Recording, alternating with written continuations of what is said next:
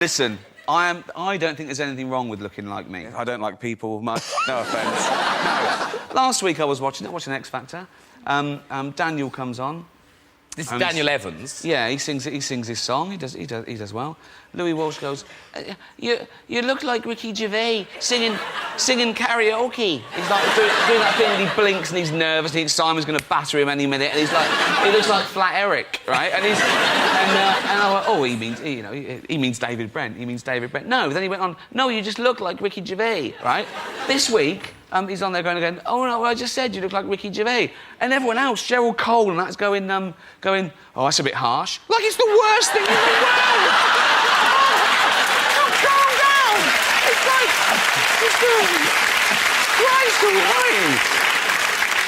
This is the guy, Daniel Evans. This is a picture of Daniel Evans. Right there he is. He's all right. And now there... And here comes Ricky. He's a good-looking lad. No, he is. He's good. That's he. I mean, in fairness, there is a resemblance, but it's not an insult. Well, it looks like I'm holding my testicles a lot lower down than him, but I think I am 10 years older, so that's what happens. Soon I'll be like that.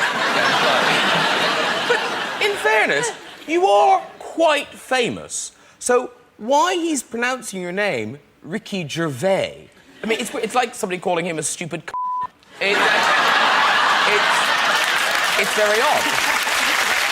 Now... My phone is not... It's not a mine of celebrity numbers. And to prove the point, I do have Louis Walsh's number in my phone. No, I do. So, why does he give his number to a gay man? I don't know. I guess... What's your wife going to think about that? Market research on Boyzone. I like Walshy. Good. I'll get you to talk to him in a moment. At least tell him how to say your name. I'll scare him, though. How scary can it be, though? Norton comes up. It's hardly a threatening call, is it? This is my home number, obviously. I don't Hello. live here. Hi, Louis. Hello, yeah? Hello, it's Ricky Gervais.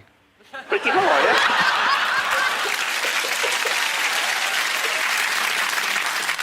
you? Listen, I don't think there's anything wrong with looking like me.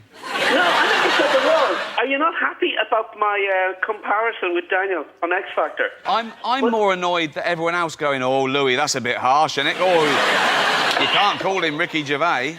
But Ricky, he's dyed his hair this week. He's not even looking like it anymore. He's dyed his hair really badly. I know you dye yours now. He's dyed his.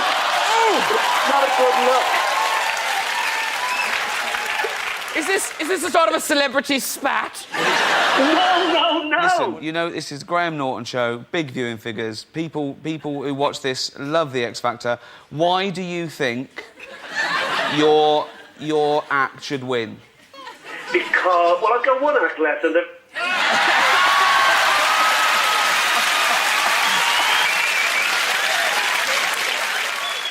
Ricky, is it true you are pleased that the sofa is gone? Yeah, I never liked it. It was always awkward, it wasn't comfortable. I like this, I don't like people much. No offence. No. And I like these because I've got a bad back.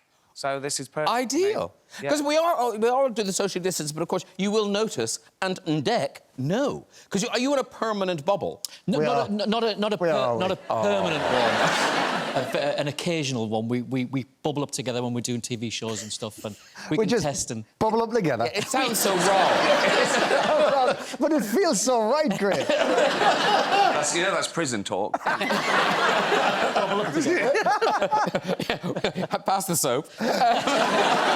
Is it 5 times yours, the Golden Globes? 5 times over 10 years, yeah. OK. Because I don't know if you guys know, you probably don't know, that the Golden Globes have just sort of vanished. They didn't happen this year for loads Because of of reasons. you? Because I'm getting the blame for it. I know I am. Yeah.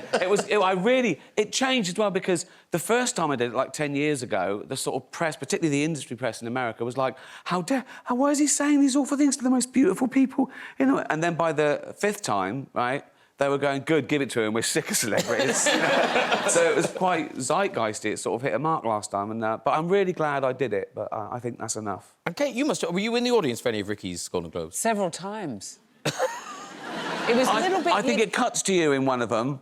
I think when you talk about Jeffrey Epstein, I don't know why. Yeah, to me.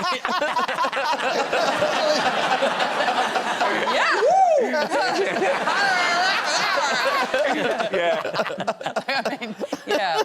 But it's a little bit like the experience of being in the room with you at the Golden Globes is a little bit like the tail end of a family Christmas. Yes. Where you know it's the drunk kind uncle. Of, yeah, drunk uncle. Yeah. It's like, do we show him where the bathroom is? Or do we just let him? I can feel that, and I can see the tension. And then when I do a joke about them, they think, "Oh, that was all right." Like Leo DiCaprio was sort of laughing, thinking, "Phew, you could have said a lot worse," you know. Yeah. That's the lovely thing for us watching as well, is the jokes are obviously funny, but then it's seeing the faces in there and how they take it. Did you always say every joke, or did you ever stop yourself? No, I know. I went there. You know. Yeah. You know, that's my adrenaline rush. I'm not a brave person. You know, so that's my only extreme sport I do. Saying things in front of them. Yes. I just wondered if there was a gag you thought, oh no, that's gone a bit far. Oh yeah. I mean, Most of them. Oh, yeah. But you know, if you think the things I say are terrible, think of the things I think. Yeah, that's a very good point. Ricky Gervais brings us the third and final series of his acclaimed sitcom Afterlife. It's streaming on Netflix right now. And this is, I mean, been a phenomenal success. Yeah. I mean, hundreds of millions of people have seen it. Yeah, I mean, yeah, overwhelming. I never dreamt it would be this big, and yeah. The nicest thing is the emotional response to it. You know, like people coming up to me in the street and just saying, "Oh, I lost my husband like a week before, or my brother," and you suddenly realise that everyone's grieving, and things like this sort of give them a chance to start a conversation. And, yeah. I was worried about it. I thought, hold on, how are people going to laugh at a show about a guy who wants to kill himself because his wife dies of cancer?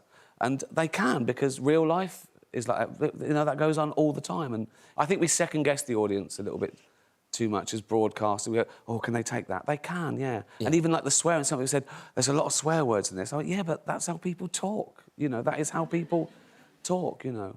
I sometimes have to explain to Americans that the C word isn't quite the same here. No, you know it's a term of endearment. Absolutely. they can't get that. Because also... Tell yourself that, Kate. Yeah. No, but in America, it is it's a misogynistic, horrible insult. And here, I was in Edinburgh a few years ago, and I was walking along, and there was two policemen, and they came along, and one went, "Ah, Ricky Gervais, you're a funny." And I went, "Thank you very much." Because this is Netflix, it gets translated. How many languages is it translated in? 160 languages. Wow. I didn't know there were that many languages. Oh. But it does, yeah. And I suppose all different dialects and, you know... Do they dub you?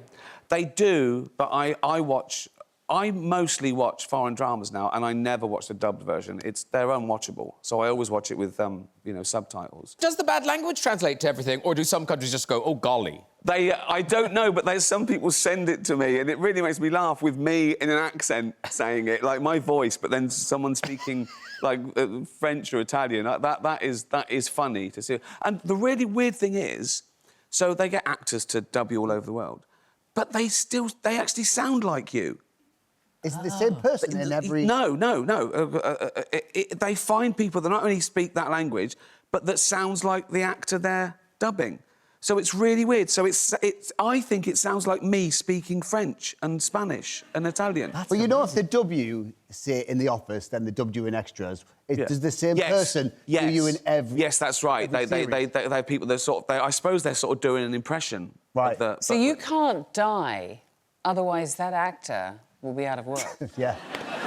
I've never thought of that. Responsibility, yeah. Again, that shouldn't be my worry. Have you met